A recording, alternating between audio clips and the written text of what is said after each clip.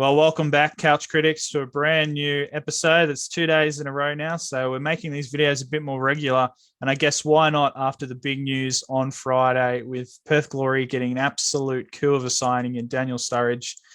I'm Brad, and with me is Samuel. Samuel, how are you feeling about this brand new major signing for the A-League? Look, pretty gas. They kept it under wraps, and it went from they're in the mix, but it's unlikely because of the salary, and then boom, signed. Like, what the heck? What's going on? I don't know, but this is absolutely fantastic. I reckon it's like he's probably our biggest signing, and almost when we get Alexandra and Heskey and all those guys in about 8 years ago. So Yeah, it's a good little moment for the A-League. Looking to have full crowds at stadiums in the coming months, and having a COVID interrupted season, hopefully. And now we've got a brand new major signing for the comp. I'm excited, especially being a Liverpool fan, to have an ex-Liverpool player of good quality, at least when he was on the field. It's pretty exciting for the comp. absolutely. But I guess the big question we're going to have the title for this video. Is Daniel Sturridge the biggest signing in the A-League's history? Bradley, let's discuss. What do you think? Is he the biggest signing A-League history? Just off the name, probably not. I think Alexandra Del Piero is probably our biggest signing we've ever had come to the league. Did he have a massive impact? Probably on shirt sales on that, but to the overall performance of Sydney FC, no, not something like Thomas Broich. If you want to talk about a foreign player coming to the comp, he's probably your biggest player. But in terms of major name, he's definitely up there. I think we spoke before. You can't go past Del Piero as the major signing, but I'd say he's probably definitely up there with Dwight Yorke as probably in that second spot for major signings in this league, unless I'm missing someone. Obviously, we had Harry Kill and Tim Cahill come back to the comp. For us, those are major signings. We had Kazuki Honda. I don't know. Am I missing other people as well? I'm just trying to think off the top of my head. Majors. We had Emil Heskey. We had William Gallas. These were players quite past it. But those are some of the big names that come to mind. Is there any other ones I might have missed? Yeah, it's hard to think. When you think of players who have played at that top level, who have then come back and played in the A-League. Obviously, Del Piero. Probably, I say him and Dwight Yorke are probably right up there because as number ones, because they put bums on seats. Like, the entire, Melbourne Italian community frothed over Del Piero. Everywhere Sydney went, he brought a crowd. And I guess that's the point of a marquee. Performance-wise, yeah. Sydney probably had two of their worst seasons with Del Piero at the club. And he retired from like a broken back, didn't he, from carrying the team? He was probably their only highlight from those couple of seasons. He still milked another season in India after Sydney. But and Dwight Yorke, that very first season of the A-League, getting a name like that was like, wow. That is huge. He's a Champions League winner. That was massive. Sturridge, to his credit, I guess, is a Champions League winner. Was he still part of the Liverpool squad when they won? Yeah, he was a Champions League winner with Liverpool. He was a Premier League winner with Chelsea as well. So, he's definitely got a handy resume as well. He's got the pedigree of someone who's been kind of at the top of English football, and I guess the thing is that unlike Dwight Yorke and Alessandro Del Piero, who did come at the end of their career, but Sturridge comes under a career kind of marred by injury. So his career is a bit different. Del Piero was a club legend at Juventus and was a star the whole time. So I say he's not the biggest signing ever for the A-League, but he's definitely right up there. Yeah, like you said, other players who have played at those kind of top levels. Honda played for AC Milan, but would you say he was ever like the star name at a club? No, and I think when we think in Australia, we think of star players as ones that have played in Europe at the top levels in Europe.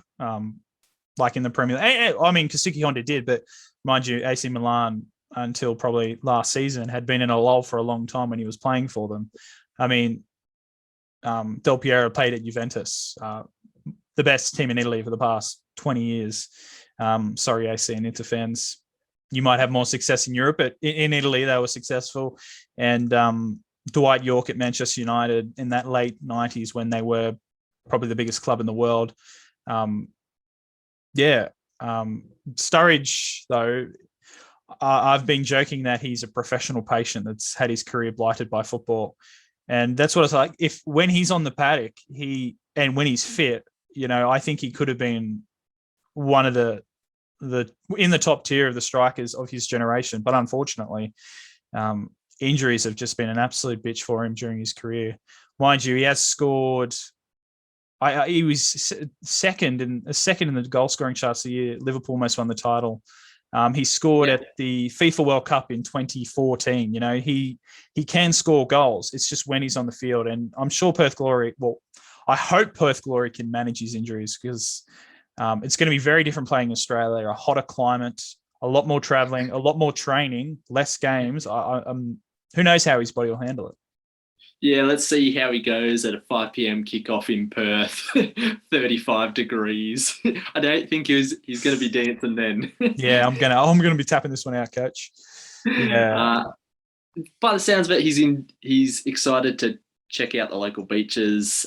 He's got a young family, so I mean that's one of the things that the A-League maybe it has kind of used to its advantage to sign players, but absolutely should be using way more is just the lifestyle we have here in Australia for footballers is fantastic. You can walk down the street and pretty much no one knows who you are. So you've got that anonymity to actually just live your life and your family can kind of survive, which just doesn't happen in Europe. But also, like, Australia is a fantastic place to live, especially if you're in one of the big cities and you're close to a beach or, we've got a fantastic lifestyle that absolutely would attract so many footballers. And by all means, at the end of their careers, it's definitely an attractive place. And we can't match the money of, sometimes even America, but this is such a coup for Australian football to be able to snag Daniel Sturridge when other places were interested, that he would have had options. And so this new marquee spot, surely the contract is topping out the the club's finances. But yeah, it's an incredible signing. Yes, it's not the biggest ever, but for this season, it takes the cake at the moment. Yeah. Unless someone's got something special waiting in the wings. I'll be very. Oh, sorry, go on. Even if a club did land Jack Wilshere, I think Sturridge is bigger than Wilshere. Yeah, and those are two players that have just been wrecked by injury. But I would say because I don't think Wilshere. A great player in his day. I don't think he won anything at Arsenal. So no offense to Arsenal fans, but. Yeah, both those signings would be fantastic. But I think with Sturridge, though, when we can compare him to Dwight and Del Piero, that Dwight came when the A-League was just starting up, that big signing to kickstart the league. Del Piero and then the likes of Heskey and Shinji Ono, all coming at a time when the A-League was experiencing a revival. And I guess this is probably our second revival, hopefully. With a signing like Sturridge, it might actually be a bit of a slap in the face to the league, waking us up to the potential it has. And this might not be the only signing. There could be more, or there could not be. But hopefully, this could be a knock-on effect for some other nice big signings that are coming. And the A-League's picked up some real random players like Thomas Broich and Besart Berisha, but before they come, we just thought, oh yeah, they've played in Germany. Yeah, they're pretty handy, but they weren't big names. They weren't, oh yeah, I know that player. I don't think too many players would have known of Broich and Besart Berisha before they came. But I'm sure a lot of, if you're a football fan, you probably should know of Daniel Sturridge before he came here. So hopefully we can get a few more players like that to sign up before the start of the league, because it would be an absolute boost, especially with the new TV contract. It'd be an absolute boost when we kick off in about a month and a half. Yeah, and I think that's the thing. It comes at the perfect time. I mean, the rebrand and the whole launch of the A-Leagues, we haven't even touched on that in a podcast yet. But, that just dropped yesterday. Mm. And a couple of days ago, yeah. Yeah, and then, from that, this is momentum. And this is the kind of momentum. If this keeps going and, crowds are allowed back at the start of the A-League season and, we could be in for a cracking start. And if we get that start, who knows what could happen for the rest of the season. So I think it's a really astute signing. Some people have just kind of highlighted the link between Del Piero and Daniel Sturridge is Tony Pinata. He was at Sydney FC and played a huge role in getting Del Piero to Sydney. Now he's at Perth Glory. So he's kind of, is he a CEO? Yeah, I think he's CEO. He's done a great job. Obviously, he knows how to attract big players. And so well done, Tony. And hopefully there's more. Brad, maybe to finish off this conversation, there's a little bit of time left and Wanderers still have a marquee spot available. Who would you love to see Wanderers sign? Who could top Daniel Sturridge for the Wanderers? Lionel Messi. Come on, real.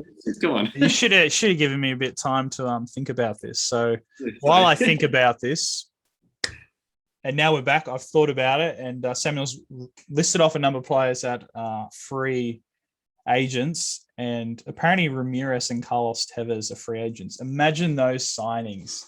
Woo! Well, just one of them. I'll take one of them any day. If they to any A-League club, that'd be great. Chances? Yeah. Well, I mean, who would have said Daniel Sturridge was going to sign for an A-League club a month ago? So who knows? Yeah, that's it. For me, Carlos Vela is still. At Atlanta United. Yeah.